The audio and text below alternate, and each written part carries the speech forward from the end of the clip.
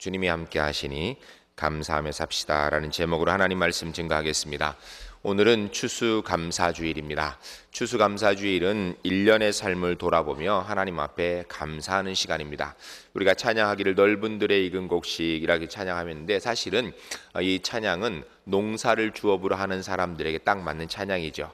그렇지만 우리가 농사 짓진 않지만 하나님의 은혜로 올 한 해도 지낸 줄로 믿습니다. 그래야 하나님 앞에 오늘 추수감사주일로 지키고 있습니다.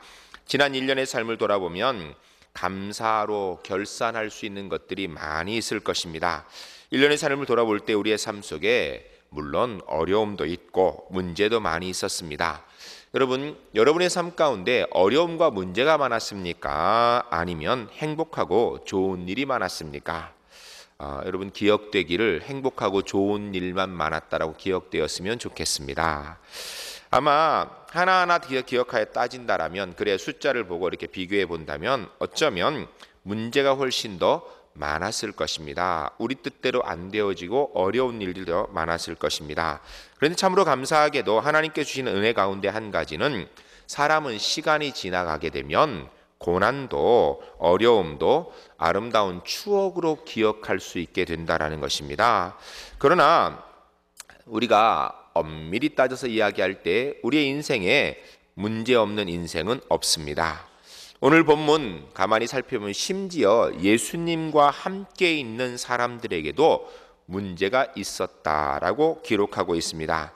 본문을 보게 되면 많은 사람들이 예수님께 나와 말씀을 들었습니다. 무리들은 주님으로 인하여서 행복하였고, 제자들은 아마 많은 무리가 주님을 따라오니 자기 선생님을 따라온 모습 보면서 아마 우쭐하고 행복하고 신이 났을 것입니다. 그리고 많은 사람들이 주님의 말씀을 들으면서 행복했을 것입니다. 어쩌면 그곳이 천국 같은 느낌도 들었을 것입니다. 무리들도 예수의 말씀을 듣느라 세상을 잊었고, 제자들도 많은 사람들이 주님의 말씀을 듣는 가운데 함께 끼어서 말씀을 들으면서 은혜되었을 것입니다. 병자들은 고침을 받았고, 허전하고 공허한 심령들에겐 주님의 생명의 말씀이 은혜의 단비로 채워졌습니다. 너무나도 행복한 시간이었던 것입니다. 그러나 그들은 사람이었습니다. 아무리 행복해도 아무리 좋아도 때가 되니 배가 고파졌고 배고픔을 달랠 수 있는 음식이 필요했던 것입니다. 많은 수가 모이니 좋았습니다. 그들의 중심에 주님의 말씀을 들으니 행복했습니다. 그러나 식사 때가 지나 무리가 배고픈 것을 주님께서는 아시고 계셨습니다. 거기에 있는 모든 사람들이 다 배고프다라는 것이 공통적인 주 관심사였고, 누구도 그것을 해결할 수 있는 방법이 없는 상황이었습니다. 주님께서 그런데 제자들에게 말씀하시기를 그들에게 먹을 것을 주라라고 말씀하셨습니다. 그렇지만 주님께서는 제자들이 그들에게 먹을 것이 없음을 알고 있었습니다. 아니, 더 정확하게 제자들이 그들에게 먹을 것을 주어서 그들의 배고픔을 해결할 수 있는 길이 없다라는 것을 알고 계셨습니다. 왜냐하면 제자들에게는 먹을 것도 없고 먹을 것을 살 수 있는 돈도 없었고, 설사 돈이 있다 하여도 광야라 주변에서 한꺼번에 수많은 사람들에게 먹일 수 있는 음식을 살 수 있는 그런 여력이 없었던 것입니다. 오늘 본문을 보게 되면 5,000명 정도의 장정이 모였다라고 이야기하는데, 그렇다면 아이와 어른까지 하면 약 못해도 2만 명이나 모여 있다라고 볼 수 있습니다. 그런데 이들이 가지고 있는 것은 별로 없었던 것 같습니다. 찾아보았지만 아무것도 없었고, 기껏 찾은 것이 보리떡 5개와 물고기 2마리 뿐이었습니다. 제자들과 그곳에 모여있는 사람들은 주님을 따르며 말씀을 듣는데 열심일 뿐이었지, 자신과 다른 사람의 문제를 해결할 수 있는 방법도 없었고 능력도 없는 상황에서 그곳에서 그저 주님의 말씀을 듣고 행복해 하다가 배고픈 상황에 닥치게 된 것입니다. 어쩌면 우리의 삶도 동일할지 모르겠습니다. 특별히 열심히 신앙생활한다고 하고 있지만 삶의 문제는 언제나 우리의 삶 속에 동일하게 다가오고 있고, 아니 어쩌면 우리가 주님을 섬기며 신앙생활한다라는 이름 때문에 그 어려움이 더 크게 느껴지는 삶을 살고 있는지도 모릅니다. 우리가 인생을 살아가는 데 있어서 우리에게 다가오는 문제가 종류도 참 많습니다. 경제적인 문제, 직장의 문제, 가정의 문제, 부부의 문제, 부모 자녀의 문제, 형제 자매의 문제, 건강의 문제, 사람과의 관계의 문제. 여러분, 이 모든 문제들, 영적인 문제든 육신적인 문제든 문제 없는 인생이 있겠습니까? 문제 없는 삶이 있습니까? 그런 삶이 이 땅에 있다라면 참 좋을 텐데 아마 그 누구도 그런 삶을 찾을 수 없을 것입니다.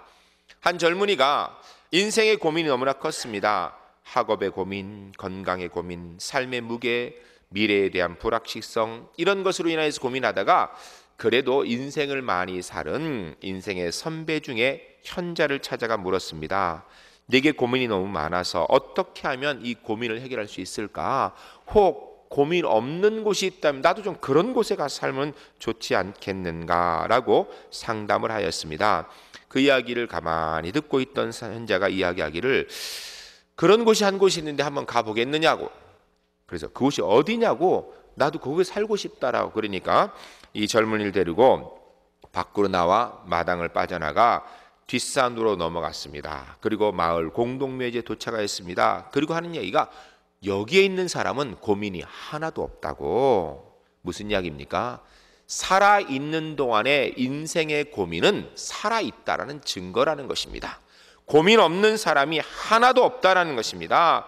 동일하게 지난 한 해 동안 우리는 경제적인 문제로 고민하였습니다. 건강의 문제로 고민하였습니다. 가정의 문제로 고민하였습니다. 사실 우리 대한민국은 누가 뭐래도 유사 이래로 이렇게 잘 사는 때가 없습니다. 그럼에도 불구하고 상대적 빈곤감으로 인하여서 가장 많은 사람들이 경제적인 문제로 마음에 상처를 안고 사는 것이 오늘의 현실입니다.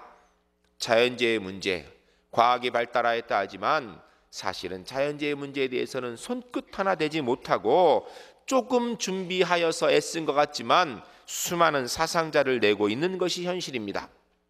제가 알기로 울산이 전국에서 여름에 가장 시원한 곳으로 알고 있습니다. 겨울에는 춥지 않고 여름에는 덥지 않고.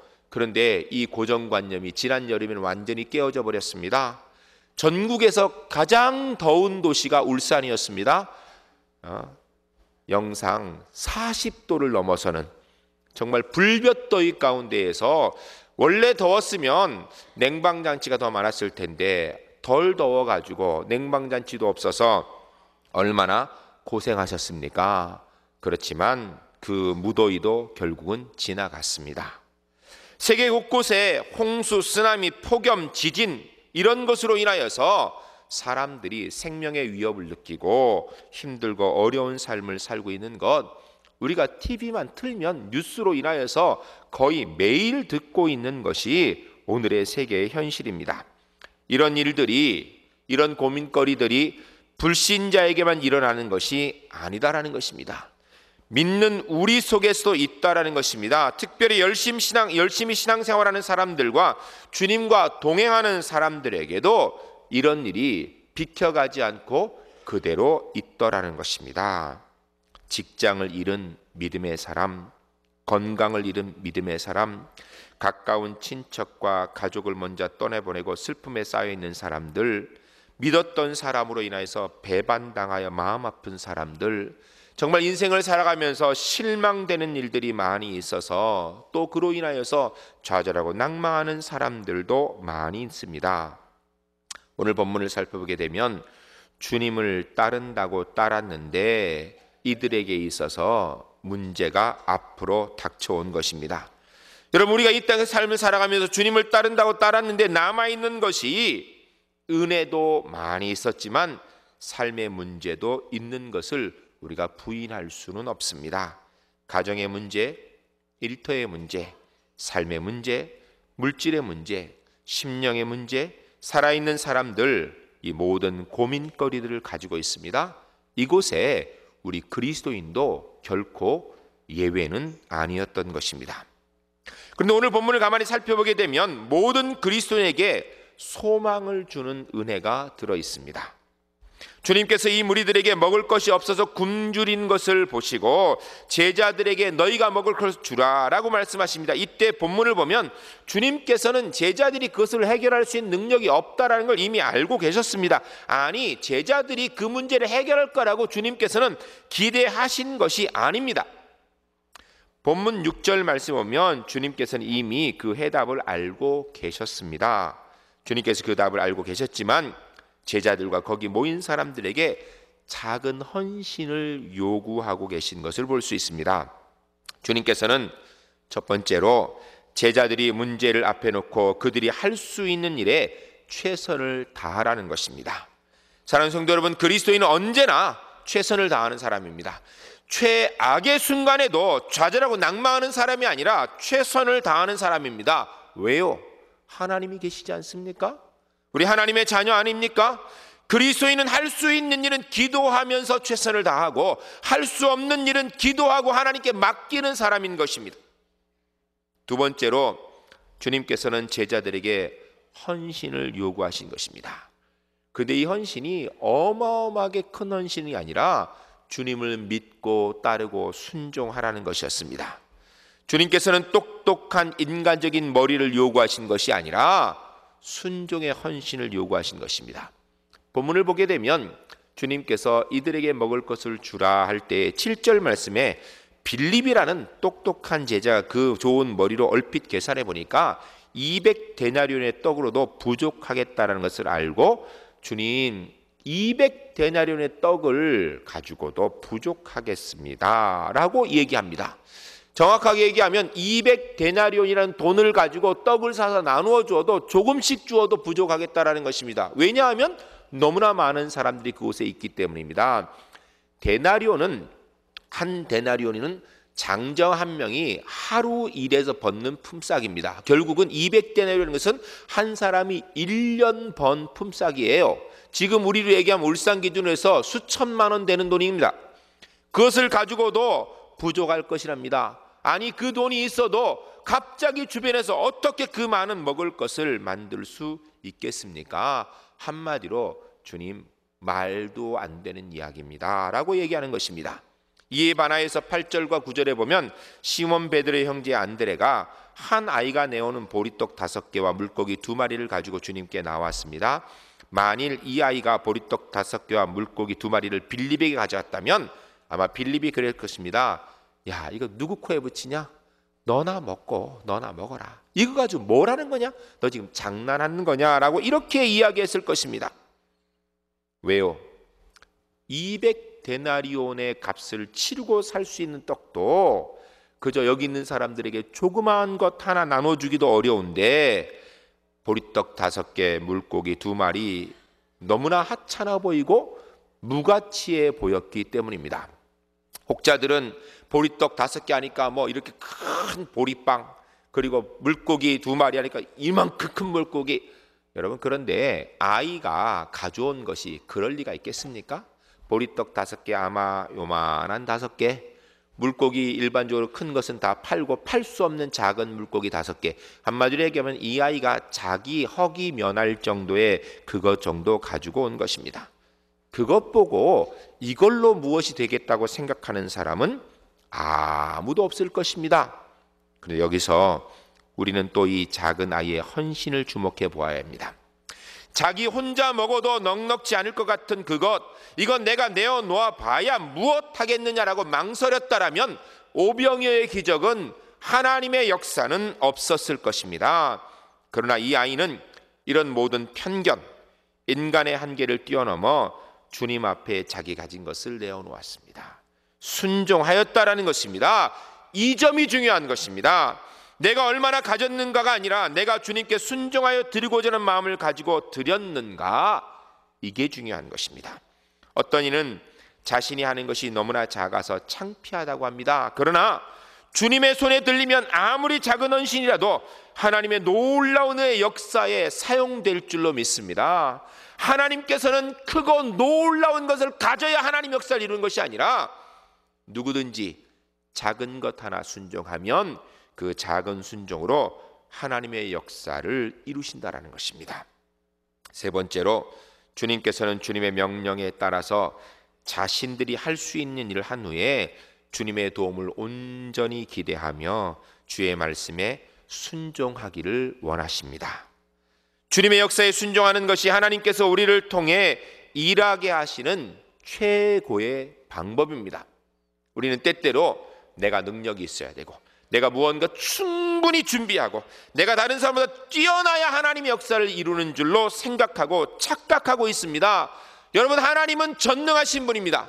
무한대이신 분입니다. 그 무한대이신 전능하신 하나님 앞에 내가 가지고 있는 것은 작은 것이든 내가 볼 때 엄청나게 크다고 생각하든 다 아무것도 아닙니다.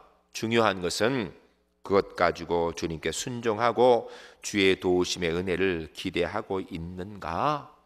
주의 말씀에 순종하여 하나님이 역사하시도록 나를 내어드리고 있는가? 이것이 가장 중요한 것입니다. 주님께서 기도하시고 빵이 많아졌다고 말씀하시고 나누어 주라고 말씀하실 때에 만일 사람들이 아니 주님 기도하여 이만큼 늘어났지만 이것 가지고는 역시 택도 없습니다라고 얘기하였다면 역시 오병이어의 기적은 없었을 것입니다.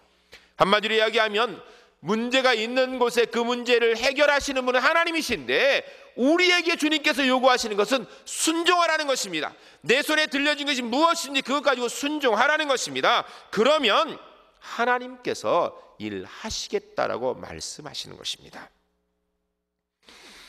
모든 백성이 다 먹고 그 부스러기가 12광진이나 남았다라고 이야기합니다. 사랑하는 성도 여러분, 우리 하나님은 인간의 상식에 갇혀 사시는 분이 아니십니다. 전지하시고 전능하신 하나님이십니다. 창조주이십니다. 아무것도 없는 무에서 유를 만드시는 유일하신 분이십니다. 아무리 애써도 안 되는 일도 주님께서는 넉넉히 하실 줄로 믿습니다. 주님께서 오병이어를 가지고 축사하시니 모든 사람이 먹고 12광지로 남았다라고 얘기하는 것, 이건 단순하게 놀라운 기적의 역사가 아니라 하나님께서 일하신 것으로, 하나님이 일하시면 무엇이든지 가능하고 이루어질 줄로 믿습니다. 아무리 작은 헌신도 주님의 뜻에 따라 순종하는 것이면 하나님께서 그것을 통하여 상식을 뛰어넘는 놀라운 하나님의 역사를 이루시게 되는 것입니다. 그런데 하나님께서 우리에게 순종을 요구하실 때 내 손에 들려든 것, 내가 할 수 있는 것이 너무나 보잘것없다고 이것 가지고 무엇이 되겠어라고 그냥 주저앉아 있다라면 아무 일도 일어나지 않을 것입니다. 이 사건은 오늘 우리에게도 동일하게 역사하는 줄로 믿습니다. 우리 제1교회 성도님들, 추수감사주일을 맞이하여서 내 삶 가운데 작은 것이라도 주께서 원하시면 내어드리고 그것을 통해 하나님의 은혜 역사를 기대할 수 있는 믿음의 주인공들이 주 안에서 꼭 될 수 있기를 주님의 이름으로 간절히 축원합니다. 하나님께서는 능력이 부족하셔서 우리의 헌신을 요구하시는 것이 아닙니다.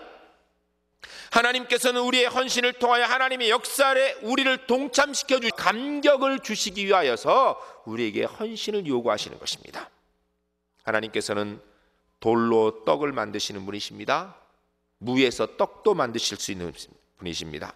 아무 것이 없어도 모든 사람을 먹이실 수 있는 분이십니다. 그러나 하나님께서는 한 작은 아이의 보리떡 5개와 물고기 2마리, 그것을 아무런 생각이 없는 것 같지만 주의 말씀을 듣고 가지고 온 안드레의 믿음, 이것을 요구하시는 것입니다. 하나님 우리의 헌신을 허락하시고 하나님께서 우리의 헌신을 통하여서 하나님의 놀라운 은혜의 역사에 동참할 수 있는 기회를 주시는 것입니다. 그리스도인은 주님이 계시기 때문에 실망하지 않고 감사하며 좌절하지 않고 소망을 가지고 승리하는 사람인 것입니다. 오늘도 성령님께서는 동일하게 역사하시는 줄로 믿습니다. 하나님께서 허락하시는 은혜를 깨닫고 경험하며 그의 응답에 순종하면 하나님께서 오늘도 우리를 도우시는 줄로 믿습니다. 내가 가진 문제에 대한 해답도 이미 주님께서 가지고 계십니다. 주님께서는 나의 작은 헌신을 요구하고 계십니다. 나의 작은 헌신 그 자체는 사실 아무것도 아닐 수 있습니다. 그러나 주님께서 귀하게 크게 사용하십니다. 주님은 오늘도 분명히 살아 역사하시는 나의 하나님이신 줄로 믿습니다. 이 하나님과 함께 올 한 해도 끝까지 승리하시고 남은 일생 하나님이 계시기 때문에 삶 가운데 분명히 감사하시고, 감사할 일이 있어서가 아니라 하나님이 계시기 때문에 분명히 감사하시고, 하나님이 계시기 때문에 소망을 가지고 살아가시는 우리 제1교회 성도님들 주 안에서 꼭 될 수 있기를 주님의 이름으로 간절히 축원합니다. 기도하겠습니다.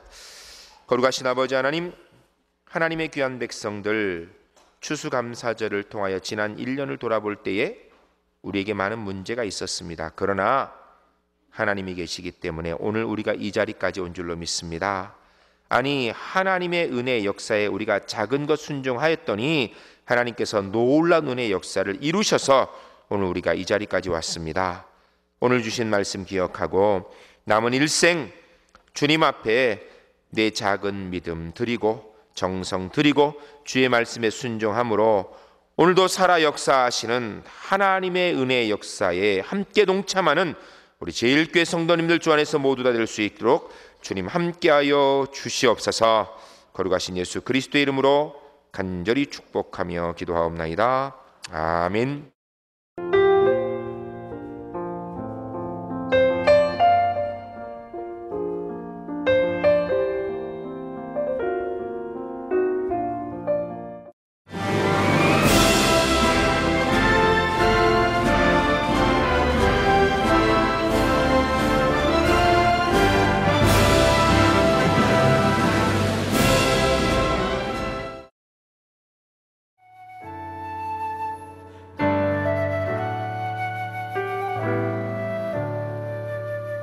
약한 나로 가